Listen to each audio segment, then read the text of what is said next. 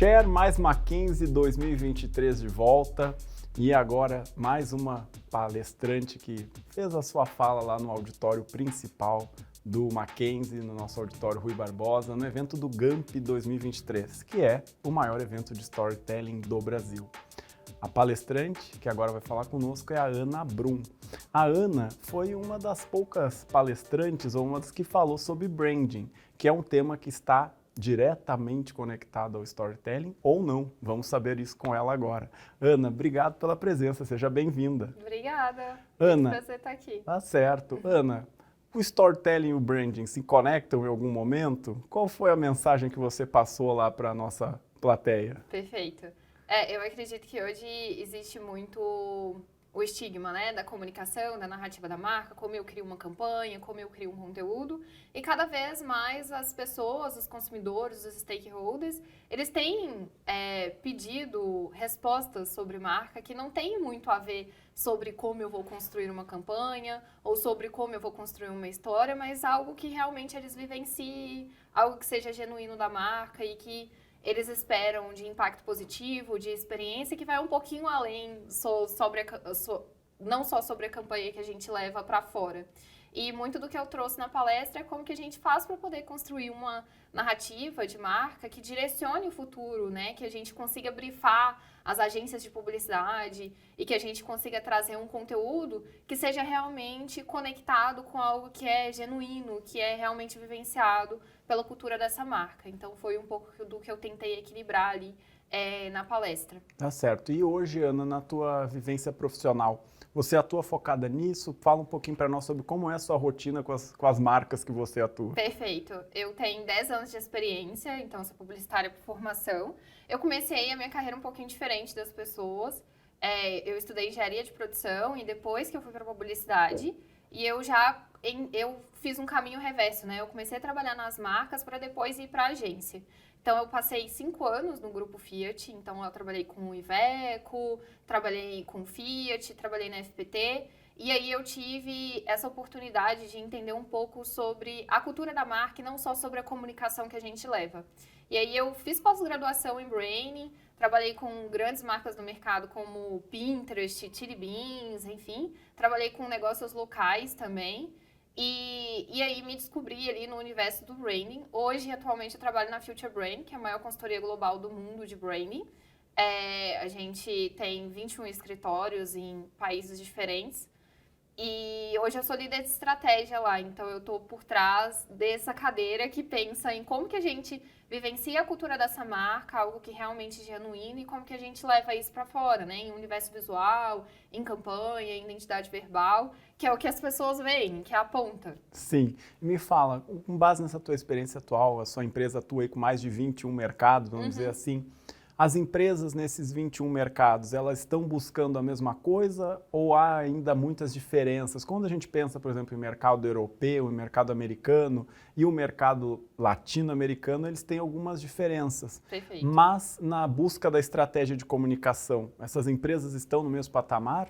Eu acredito que a gente precisa endereçar muito qual que é a praça e a região que a gente está atuando, né? Por exemplo, eu trabalhar com uma marca brasileira, que é o pessoal caloroso, alegria, diversão, é totalmente diferente de trabalhar com uma marca com um público que é asiático. Então, por exemplo, eu vivencio um desafio hoje que eu gerenciar a marca de Suzano, que é celulose.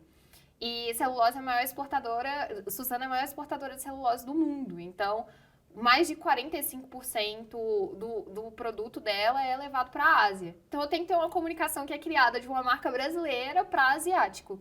E lá, as pessoas elas têm uma outra cultura, uma outra vivência, um outro nível de comportamento. A forma que elas se relacionam são diferentes também. Então, a gente tem que saber mapear muito bem como que esses públicos, esses stakeholders, eles se comportam. E a gente tem muito esse suporte na Future justamente por ter escritórios em diferentes lugares para poder falar, não, o que vocês criaram de estratégia aqui é que não funciona tão bem assim, para a gente poder conseguir equilibrar. Ana, a gente estava falando então de como a sua empresa atua aí a nível global. E essa tendência de atuar em globalização me veio à cabeça a questão do meio ambiente, a questão ambiental, que é uma questão que eu acho que todo mundo deveria se preocupar, e a gente vê especialmente as grandes empresas se preocupando muito com esse tema. Como que você avalia essa questão do impacto ambiental com relação à marca? As empresas estão preocupadas, estão se movimentando no sentido de buscar esse equilíbrio com o meio ambiente? Perfeito, muito boa sua pergunta. Eu acho que hoje a gente fala muito sobre o futuro do mercado, né? E a gente fala sobre inteligência artificial, dados, inovação. E saiu uma pesquisa na Exame que 78% das grandes corporações do mundo têm endereçado temas de ESG nos seus planos estratégicos. Então, número 1, top mais lá é como gerar um impacto positivo para a sociedade. Não só em questões ambientais, mas questões sociais, de como que eu gero, como que a minha marca está sendo vista através da comunidade que eu atuo, quais são os aspectos de governança, como que eu construo mais diversidade para dentro dentro da minha empresa, sobre a provocação de diversidade, de gênero, de, enfim, racial. Então, isso são aspectos que as empresas elas têm endereçado o mundo. Na Future, a gente trabalha com uma metodologia que chama Future Proof. Então, quando a gente vai avaliar os papéis da marca, a gente tem um caderno que chama Gera Valor Sustentável. E dentro disso, a gente avalia se essa empresa ela tem todas as certificações relacionadas a ESG, qual que é o impacto que ela gera na comunidade que ela está trabalhando, para não ter nenhum escândalo ambiental, enfim. Então, a gente fala muito hoje lá dentro da Future, que a marca que ela consegue gerar um impacto positivo, ela vai ter uma receita positiva e lucro para os negócios dela. Mas ainda existe esse desafio, né, que a gente enfrenta de vivenciar uma sociedade que é capitalista e como que as marcas elas podem ter essa atuação mais direcionada de alguma forma. Tá certo. E ainda retomando essa questão do mercado mundial, aproveitar aqui a sua experiência nesse tema. Hoje a concorrência, agora falando de marcas mesmo, a concorrência não tem mais fronteiras, né? Sim. Os produtos brasileiros competem em igualdade com os produtos internacionais, bem como o Brasil pode concorrer em grandes mercados.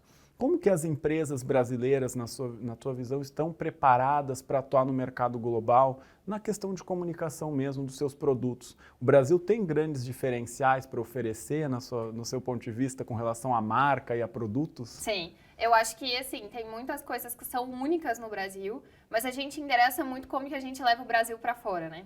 Então, às vezes, uma marca é muito brasileira e tem a questão do verde e o amarelo, o patriotismo e tudo mais, mas o Brasil é muito além disso, né? Tem a questão da grandeza, enfim, a Amazônia, a alegria, que é a forma que as pessoas enxergam a gente lá fora. Então, a gente tenta endereçar muito essa comunicação lá para fora e essas estratégias de marca, valorizando o que a empresa tem de único e das raízes, né? Eu acho que o que o Brasil tem de muito forte são as raízes, como que o nosso povo é caloroso, como as pessoas são acolhedoras. Então, as pessoas valorizam muito isso, mas a gente precisa ter um equilíbrio muito por aspectos culturais. É igual eu trouxe lá atrás, né?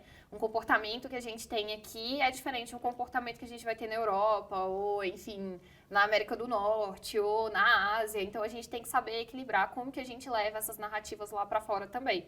Mas eu acredito que cada vez mais as empresas elas têm buscado, né, essa questão de levar para fora algo que é nosso e lá fora as pessoas costumam valorizar bastante o que vem daqui, sim. Tá certo. E eu queria encerrar a nossa fala, queria que você desse uma dica sobre um tema que é importante para todo mundo e às vezes a gente não fala muito, que é com relação às próprias a posicionamento das marcas nas redes sociais, no que diz respeito à crise de imagem. Sim. A gente vê seguidamente algumas estratégias de comunicação em redes sociais que acabam sendo um tiro no pé da empresa, né? Sim. Porque a empresa acaba se posicionando em algo que ela não devia, talvez se Exato. posicionar, porque nem sempre a gente precisa se posicionar sobre tudo, né? Exato. Como que você vê essa questão do cancelamento das marcas? Perfeito. Que tendência a gente tem com relação a isso para blindar as empresas? É possível?